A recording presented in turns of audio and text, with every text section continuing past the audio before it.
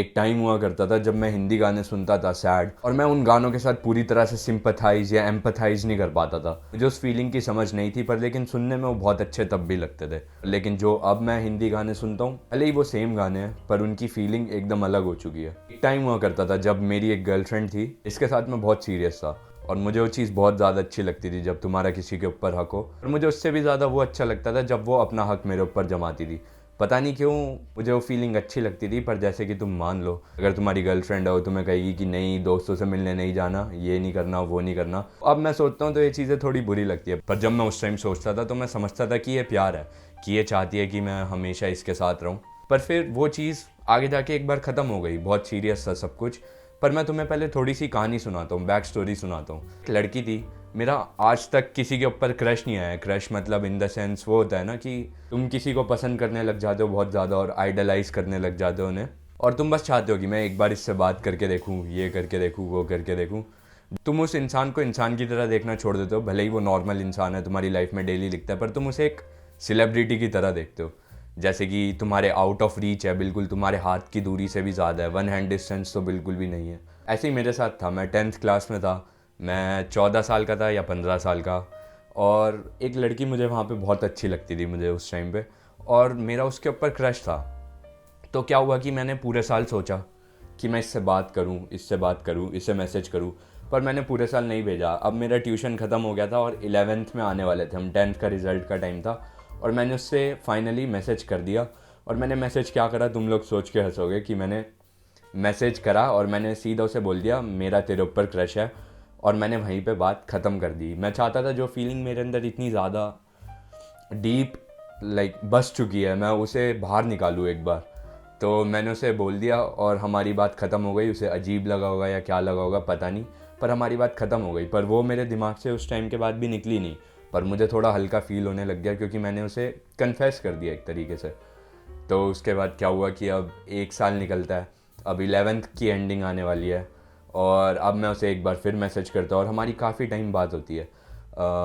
एक हफ्ते हमारी बात होती है और रात के 2-2 3-3 बजे तक होती है। पर मुझे ऐसी फीलिंग आने लग जाती है कि ये मेरे अंदर इंटरेस्टेड नहीं है, तो मैं फिर से बात ख़त्म कर देता हूँ।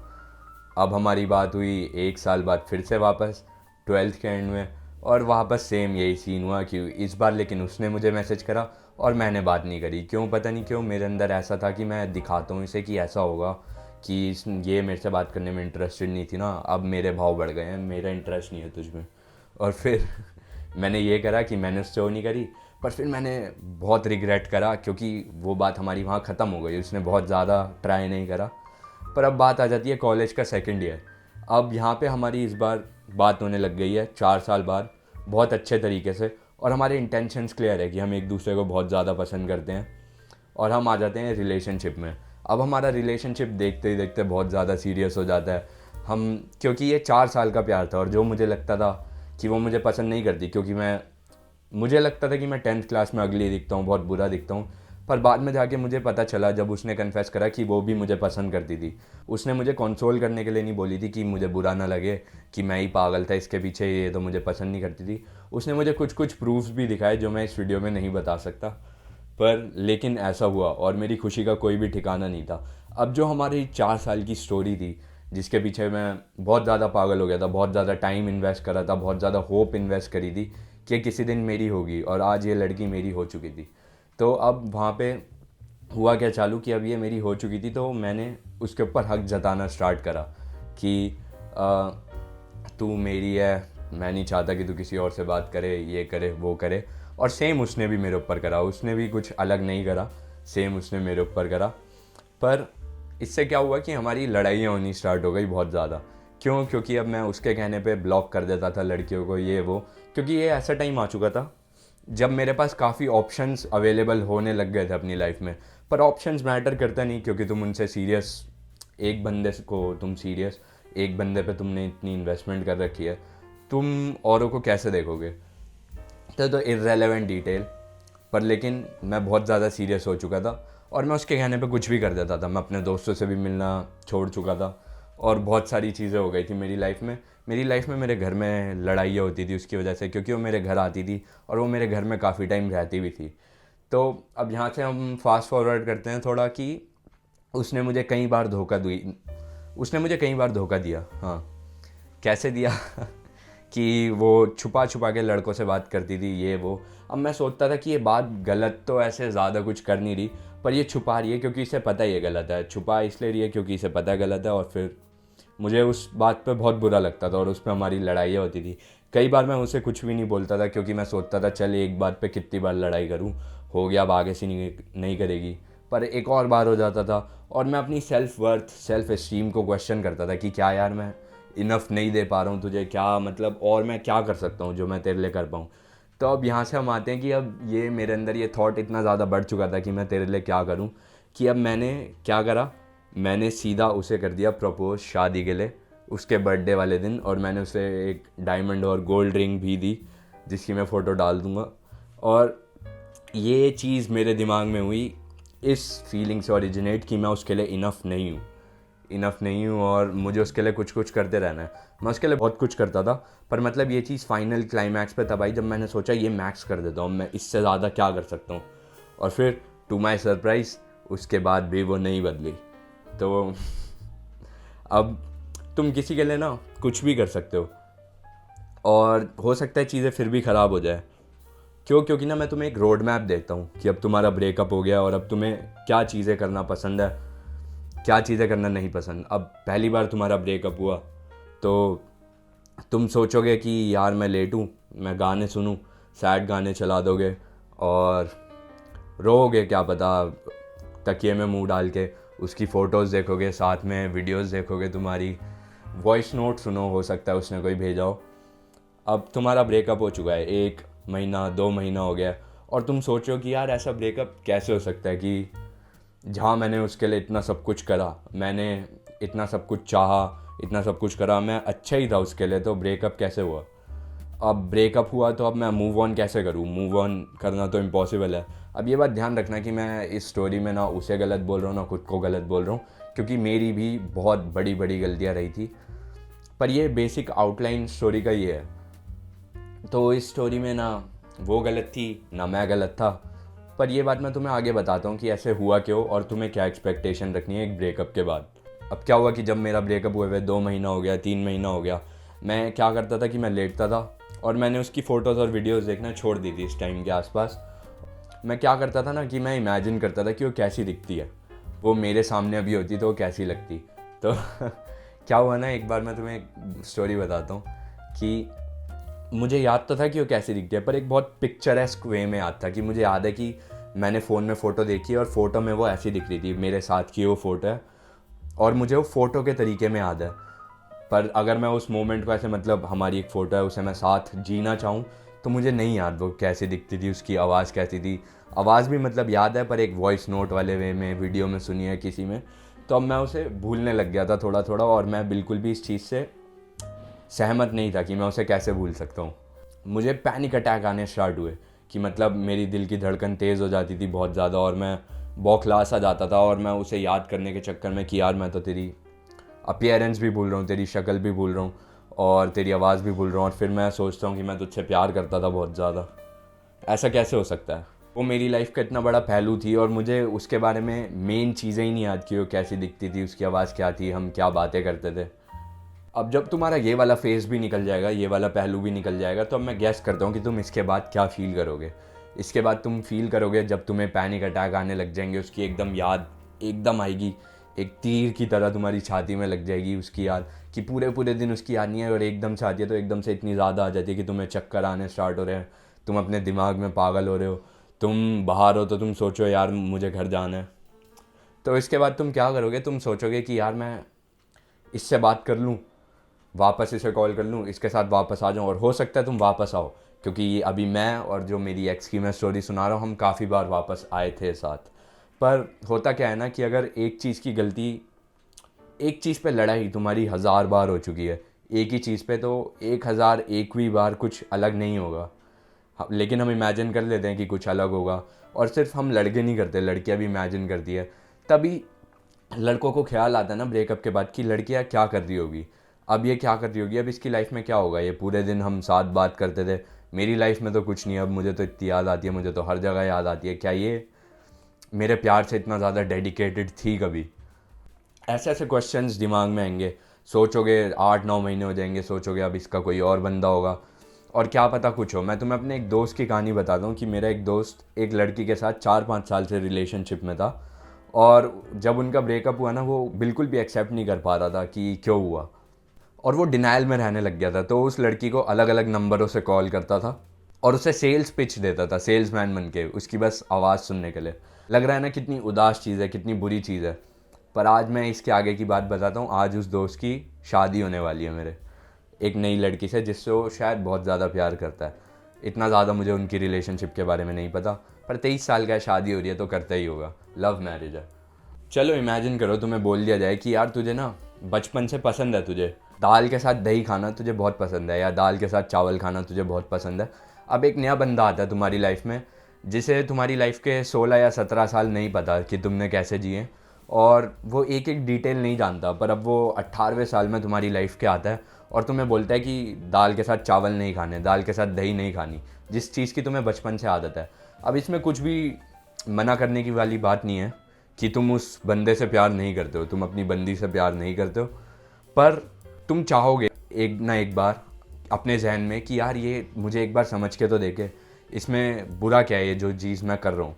तो ऐसे कितनी बार होता है ना कि हमें ना, हम दो इंसान होते हैं और दो इंसानों की बातें होती है और हम समझ नहीं पाते दूसरे इंसान को। हम एक ऑब्जेक्टिव तरीके से देखते हैं कि जैसे कि मैंने तुम्हें बताया, मैं बोल दूँ कि इस लड़के से बात क्यों कर रही है, लड़के से बात करना गलत है, मेरी लाइफ में मेरे अलावा तुझे किसी और की अटेंशन क्यों चाहिए, किसी और लड़के की अटेंशन होनी नहीं चाहिए बिल्कुल भी। जैसे कि मैं एग्जांपल देता हूँ एक बहुत अजीब सी चीज़ का, कि मैं उसे बोलता था ना, इतनी स्नैप क्यों भेजती है, तो इतनी स्नैप की स्ट्रीक क्यों बनाती है। अब तुम्हें जानना पड़ेगा कि हमारा रिलेशनशिप था ही ऐसा, वो भी मेरे ऊपर हक जताती थी, छोटी छोटी चीज़ों पे भी मैं भी उसके ऊपर। तो क्यों मैं उसे बोलता था कि क्यों स्नैप भेजिए, जब तुझे पता है ये लड़का तुझे पसंद करता है तो क्यों लगातार इसे स्नैप भेजे जा रही है। और उसके मन में क्या था ना, उसके मन में वो एक स्टैटिस्टिक की तरह था। जैसे तुम न्यूज़ पे देखते हो ना आज 1000 लोगों का एक्सीडेंट हो गया या ये हो गया वो हो गया। अब तुम्हें उन लोगों की लाइफ के बारे में कुछ नहीं पता, क्या पता तुम्हें थोड़ा सा बुरा लग सकता है, पर वो तुम्हारे लिए एक नंबर है। तो ऐसे ही वो क्या करती थी, वो उस स्नैप वाली स्नैप स्ट्रीक को, फ़ोटो भेजने वाले को एक नंबर की तरह देखती थी कि उससे एक नंबर बढ़ रहा है उसका, और उसे उस लड़के से कुछ भी फ़र्क नहीं पड़ता था। बात सिर्फ इतनी नहीं है, बात और गहरी है, पर अभी ये एग्जाम्पल है। तो मैं उसे समझ नहीं पाया, मैं देखता था, मैं ऐसे सोचता था कि यार इसे इस लड़के की अटेंशन चाहिए होगी, और ये इंडियन मर्द अक्सर करते हैं, हक जताना ऐसे ये वो। गलत चीज़ नहीं है, तुम्हारी रिलेशनशिप में तुम्हारे रूल्स होंगे, अपने इंडिविजुअल रूल्स होंगे, पर हम कभी कभी चीज़ों को समझते नहीं हैं। अब जैसे कि मैंने तुम्हें बताया कि मैंने अपनी गर्लफ्रेंड को रिंग दी थी एक, मैंने तुम्हें ये भी बताया कि वो मैंने किस प्रिंसिपल से दी थी, किस रीजनिंग की वजह से, कि वो गुस्सा हुई, हमारी लड़ाई हुई, मैंने कुछ टेढ़ा मेढ़ा कर दिया और उसके बाद मैं सोचता था कि मैं इसे मनाऊँ, इसे मैं कैसे मनाऊँ। तो मैंने उसे वो मतलब कुछ कुछ करता था और एक बार मैं फाइनल क्लाइमैक्स में रिंग दी मैंने उसे। तो अब ऐसे ही तुम समझो कि अगर तुम्हारी अपनी गर्लफ्रेंड से लड़ाई होती है और हमेशा कुछ ना कुछ हो जाता है और तुम एंग्शियस हो जाते हो, एंग्जाइटी हो जाती है तुम्हें बहुत ज़्यादा कि यार अब मैं क्या करूं, अब मैं इसके लिए कुछ करता हूँ, अब मैं इसे मनाता हूँ, और तुम्हें एकदम से ना तुम्हारी पूरी रिलेशनशिप खतरे में आ जाती है, थ्रेटन हो जाती है। तुम सोचते हो यार अब मुझे इसे बचाना पड़ेगा, एकदम से मैंने जेपरडाइज कर दिया, हमारी रिलेशनशिप को खतरे में डाल दिया, अब मैं इसे कैसे बचाऊँ। अब तुम क्या करोगे कि तुम एक चीज़ करोगे उसे मनाने के लिए, ज़रूरी नहीं है तुम उसे कुछ गिफ्ट दो या कुछ दो, हो सकता है तुम कुछ भी चीज़ करो। लेट्स टेक छोटा सा एग्जांपल कि क्या पता तुम सॉरी बोलो उसे। तो अब क्या होगा ना, तुम्हारा रिलेशनशिप उसके अराउंड बेस्ड हो जाएगा, वो तुम्हारे रिलेशनशिप की फाउंडेशन बन जाएगी, जड़ बन जाएगी, कि अब कुछ भी होगा तो तुम्हें सॉरी बोलना पड़ेगा। अब मैं ये नहीं बोल रहा कि सॉरी बोलना गलत बात है, मेरी बात को समझना। अब मैं ये बोल रहा हूँ कि चलो जैसे अगली बार तुम्हारी लड़ाई हुई, अब तुम्हें क्या करना पड़ेगा, तुम सॉरी बोलोगे, पर जब तुम पहले सॉरी बोल चुके थे तो अब वो इनफ नहीं रहेगा, तो तुम्हें उससे ज़्यादा एक चीज़ करनी पड़ेगी, और तुम हमेशा इस लूप में फंस जाओगे अपनी लाइफ में कि तुम्हें कुछ ना कुछ चीज़ करनी पड़ रही है जिससे तुम्हें खुद के दिमाग में ये ना लगे कि खतरा है इससे हमारी रिलेशनशिप को। तो एक बार समझते हैं कि रिलेशनशिप होती क्या है, असली प्यार बोलते किसे हैं। प्यार ना हमेशा सिर्फ और सिर्फ एक्सेप्टेंस के अराउंड बेस होना चाहिए, डिनाइल के अराउंड नहीं। अब इसकी भी बात मैं आगे करता हूँ, पर एक्सेप्टेंस इन द सेंस कि तुम दोनों को पता हो कि तुम्हें साथ ही रहना है, लड़ाई हो जाए कुछ हो जाए, सबको अपने इमोशंस के ऊपर हक है। भाई अगर तुम दोनों की लड़ाई हो रही है, ये तुम्हारी बंदी है, तो इसको पूरा पूरा हक है कि ये गुस्सा हो सकती है, दुखी हो सकती है, कुछ हो सकती है, और उस इमोशन के अंदर वो इन्फ्लुएंस होकर कुछ बोल सकती है तुम्हें। ये चीज़ बिल्कुल नॉर्मल है। पर चीज़ें ख़राब कब हो जाती है, जब हर अगली फाइट के बाद तुम्हारी रिलेशनशिप आ जाती है खतरे में, कि तुम्हारी बातें स्टार्ट हो जाती है कि यार हमें ब्रेकअप कर लेना चाहिए या वो कर लेना चाहिए, तो इसका मतलब ये है कि तुम कंपैटिबल नहीं हो। इस चीज़ को गलती से भी प्यार मत समझ बैठना। मैंने भी ये गलती बहुत बार करी थी। मुझे लोग बोलते थे कि यार ये प्यार नहीं होता, ये नहीं होता, वो नहीं होता। मैं सोचता था तुझे क्या पता, तुझे हमारे प्यार के बारे में क्या पता, तू तो छू। अब मान लो कि एक शर्ट है, तुम उसे डेली पहन रहे हो और उसके बाद उसमें क्रीस आ रहे हैं और तुम उसे प्रेस कर रहे हो, और जब वो शर्ट सही हुई तब उसके बाद तुम उसे वापस पहन रहे हो और उसमें वापस क्रीज आएंगे। तो ऐसे ही अपने रिलेशनशिप को मान लो कि तुम्हारी कुछ कुछ गलतियाँ होंगी, कुछ कुछ लड़ाइयाँ होंगी और वो चीज़ें सही होंगी, पर वो चीज़ें सही हो रही है और उसके बाद वही चीज़ पुरानी वाली वापस आ रही है, तो मतलब पहली बात वो चीज़ कभी सही हुई नहीं, वो लड़ाई। पर वो चीज़ एक स्टेबल रिलेशनशिप तब है, वो प्यार तब है कि जब एक चीज़ सॉल्व हो रही है और उसके बाद नई चीज़ आ रही है। क्योंकि हमेशा ये समझो कि दिक्कत हमेशा तुम्हारा पीछा करेंगी ही करेंगी। दो इंसान साथ में रह रहे हैं, जैसे कि मैंने बताया, हो सकता है कि तुम्हारी लड़ाई ना हो सकता है वो तुम्हारी बंदी तुम्हें कुछ बोल जाए, तुम उसे कुछ बोल दो और वो चीज़ अपने जहन में लेके बैठ जाए और वो तुम्हें उस टाइम कुछ ना बोले या तुम उसे उस टाइम कुछ ना बोलो, पर अगली बार बात हुई तो क्या पता, हो सकता है तुमने ऐसे गुस्से में बोल दिया कि तूने भी तो करा था ऐसे, या गुस्से में नहीं, या तुमने ताना दे दिया कि तूने भी तो करा था ऐसे, तो अब वो चीज़ बाहर आएगी। और ये चीज़ गलत नहीं है। तुम दो अलग अलग इंसान हो जिनकी दो अलग अलग लाइफ रही है और उनके दो अलग अलग ओपिनियंस है। ये बात समझो, तुम्हारे ओपिनियंस और तुम्हारी लाइफ में क्लैश होगा ही होगा, वो एक जगह पे आके टकराएंगी। हो सकता है एक को झुकना पड़े, कभी कभी दूसरे को झुकना पड़े, पर एक्सेप्टेंस ये है कि किसी ना किसी को झुक के एक्सेप्ट करना पड़ेगा कि हाँ मैं इस इंसान के साथ हूँ, इसमें ये कमियाँ, ये अच्छाई है और मैं ये सब जानने के बाद भी इसके साथ रहना चाहता हूँ, और वो चीज़ प्यार है। अब असली प्यार क्या है, एक स्टेबल रिलेशनशिप क्या है, जैसे कि मैंने बताया कि तुम एक इनपुट वाले लूप में आ जाते हो कि भाई मैंने इसके लिए ये करा, अब मुझे अगली बार ये गुस्सा होगी तो मुझे उससे ज़्यादा कुछ करना पड़ेगा, उससे ज़्यादा कुछ करना पड़ेगा। हो सकता है अगली बार तुम्हें उसे रिंग देनी पड़े। और स्टेबल रिलेशनशिप तब है जब तुम दोनों के बीच में एक्सेप्टेंस है कि तुम्हें पता है तुम एक दूसरे के साथ ही रहना है, तुम हो रहे हो, अपना टाइम ले रहे हो, गुस्सा हो रहा है, कुछ हो रहा है, टाइम ले रहे हो, पर कभी भी चीज़ों को ख़त्म करने की नहीं सोच रहे, क्योंकि तुम्हें पता है हम एक दूसरे को कितना चाहते हैं। और जहाँ पे इनपुट वाली चीज़ ख़त्म हो जाए कि भाई मुझे इसके लिए ऐसे मतलब ये नहीं करना, वो नहीं करना, इसे मनाने के लिए स्पेशली। अब मैं ये नहीं बोल रहा हूँ कि अपनी गर्लफ्रेंड के लिए कुछ करना गलत बात है, पर अगर तुम उसे मनाने के लिए चीज़ें कर रहे हो और वहाँ पे वो इनपुट खत्म हो जाए तो तुम्हारी स्टेबल रिलेशनशिप है। तुम्हारी रिलेशनशिप सिर्फ और सिर्फ एक्सेप्टेंस के ऊपर बेस्ड है। तुम कैसे एक्सेप्ट कर रहे हो एक दूसरे को, डिनाइल में नहीं जी रहे कि तुम सोचो कि यार मैं इस पर रिवेंज लूँ, अब मैं इतनी लड़कियों के साथ रहूँ, अब मैं जिम जाऊँ और इसे पछतावा होगा, इसे रिग्रेट होगा और ये मेरा रिवेंज होगा, जब इसे रिग्रेट होगा मेरे पास भागते हुए आएगी, रोएगी मैनू प्यार। नहीं, उस चीज़ का कुछ भी फ़ायदा नहीं है। और तुम समझो ये तुम क्यों कर रहे हो, ये तुम्हारी एक्सेप्टेंस नहीं है, तुम्हारी डिनाइल है कि तुम अभी भी उसके जाने के बाद भी तुम इसी उम्मीद में हो, इसी आशा में हो कि वो वापस आएगी, इसलिए मैं ये करूँ। अब तुम्हें इस चीज़ को सब्ट्रैक्ट करना है अपनी लाइफ में से कि ये ख्याल कि वो वापस आएगी या नहीं आएगी। जैसे कि मैंने तुम्हें अपने दोस्त का बताया कि वो सेल्स पर्सन बन के कॉल करता था कि कभी ना कभी वापस आएगी। हमारे मन में बहुत सारी स्टोरीज़ बन जाती है कि यार पीके में भी तो वो इतने टाइम बाद वापस आए थे, पीके जो मूवी थी, इतने टाइम बाद वो वापस साथ में आ गए थे। ऐसे हम आइडियाज़ अपने अंदर सबकॉन्शियसली फीड कर लेते हैं कि हमारी ऐसी मूवी वाली स्टोरी होगी, हम भाग के शादी कर लेंगे, ये हो जाएगा, वो हो जाएगा। ऐसे ही मैं तुम्हें अपना बताता हूँ। मुझे लगता था कि मैंने उसके बर्थडे पे उसके लिए इतना सब कुछ करा, तो मेरे बर्थडे पे हो सकता है जितनी मर्जी लड़ाई हो, हमारा ब्रेकअप हुआ हो, हम साथ भी ना आए, क्या पता उसका मैसेज तो आएगा, लेकिन नहीं आया। और वो चीज़ थी जिसने मुझे अब मेरे डिनाइल से निकाला कि भाई ये चीज़ पूरी तरह ख़त्म हो चुकी है। ये मैं जो भी छोटी मोटी चीज़ें याद कर रहा हूँ, ये मैं डिनाइल में रह के ही कर रहा हूँ कि अब ये किसी टाइम मेरे पास वापस आ जाएगी, तब तक मैं इसे अपने दिमाग में रखता हूँ, अपने दिल में रखता हूँ, इसकी तस्वीरें देखता हूँ, ये करता हूँ, वो करता हूँ। ये चीज़ एकदम बिल्कुल गलत है। तुम्हें पता चल गया होगा कि तुम ये चीज़ें करोगे तो तुम लाइफ में आगे नहीं बढ़ोगे, और अगर तुम अपनी एक्स के साथ वापस आ जाते हो तो बिल्कुल भी चांस नहीं है कि तुम लाइफ में आगे बढ़ोगे, और तुम्हारा रिलेशनशिप मूवी वाला होने का बहुत कम चांस है। मूवी की एक स्क्रिप्ट होती है, वो फॉलो होती है, रियल लाइफ स्टोरीज ऐसी बहुत कम होती है। तो लाइफ में आगे कैसे बढ़े? लाइफ में आगे बढ़ने का क्या एक तरीका है जो लड़कियां बोलती है कि to get over one man you have to get under another, कि मतलब एक लड़के को भुलाने के लिए दूसरे लड़के के नीचे आना पड़ेगा। क्या तुम्हें भी ऐसी चीज़ करनी पड़ेगी कि अगर तुम्हें एक लड़की को भुलाना है तो दूसरी लड़की के साथ आना पड़ेगा? मतलब नहीं, नॉट नेसेसरीली, ये चीज़ बिल्कुल काम नहीं करती। और ये बात मैं तुम्हें बताता हूँ कि जैसे कि मेरे दिमाग में ब्रेकअप के बाद आया था कि मेरे पास बहुत सारे ऑप्शंस हैं, मैं इस लड़की के साथ चला जाता हूँ, उस लड़की के साथ चला जाता हूँ, क्या ही याद करूँगा मैं इसे। पर फिर मुझे रियलाइज़ हुआ कि ये थॉट भी मेरी एक्स से ही ओरिजिनेट कर रहा था कि मैं इसके लिए ये वो करूँ, इसको दिखाने के लिए कि मेरे पास इतनी लड़की है। फिर मुझे समझ आया कि ये चीज़ गलत है। अब बहुत सारे लोग कोप करेंगे कि यार हम तो शादी करने के लिए ही गर्लफ्रेंड बनाते हैं, मैं तो अपनी बंदी से शादी करूँगा और अगर वो नहीं हुई तो कोई भी नहीं होगी। अब भाई ये बात ध्यान में रख लो, इस बात को अपने दिमाग में बिठा लो कि तुम्हारी लाइफ एक रियलिटी शो नहीं है और तुम्हारे सामने ना 3 जज नहीं बैठे जो तुम्हें स्कोर दे रहे कि अरे वाह ये कितना बढ़िया बंदा है, इसने तो अपनी लाइफ में आगे कुछ करा ही नहीं, ये तो एक ही लड़की के पीछे प्यार में रहा है, इसे तो भाई हम सीधा जन्नत में भेजेंगे। और बताएंगे भाई, भगवान को भी बताएंगे कि यार ये तो एक लड़की के पीछे ही रहा, इसका प्यार एकदम सच्चा था, एकदम गोल्डन था इसका प्यार। ऐसा नहीं होगा, तुम्हारे सामने 3 जजेस नहीं बैठे। तुम एक इंसान हो, गलती का नाम ही इंसान है। तुम अपनी लाइफ में गलतियाँ करो, उनसे सीखो और उसके बाद अपनी लाइफ को ना इन्हीं चीज़ों में ख़त्म मत कर दो कि यहाँ पे भाई मेरी लाइफ ख़त्म हो चुकी है, अब मैं क्या करूँ। तुम्हारी लाइफ बहुत बड़ी है, तुम गौतम बुद्ध नहीं हो मेरे भाई।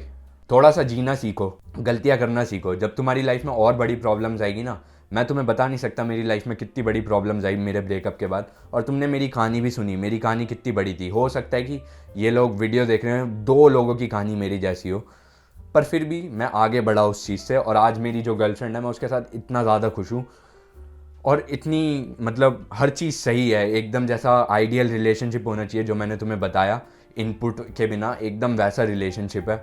स्टेबल है, हम खुश रहते हैं, साथ भी रहते हैं कितने टाइम। मैं उसके घर में भी बनाता हूँ, बहुत सारी वीडियोस मेरी उसके घर में भी है, देख लेना एक बार।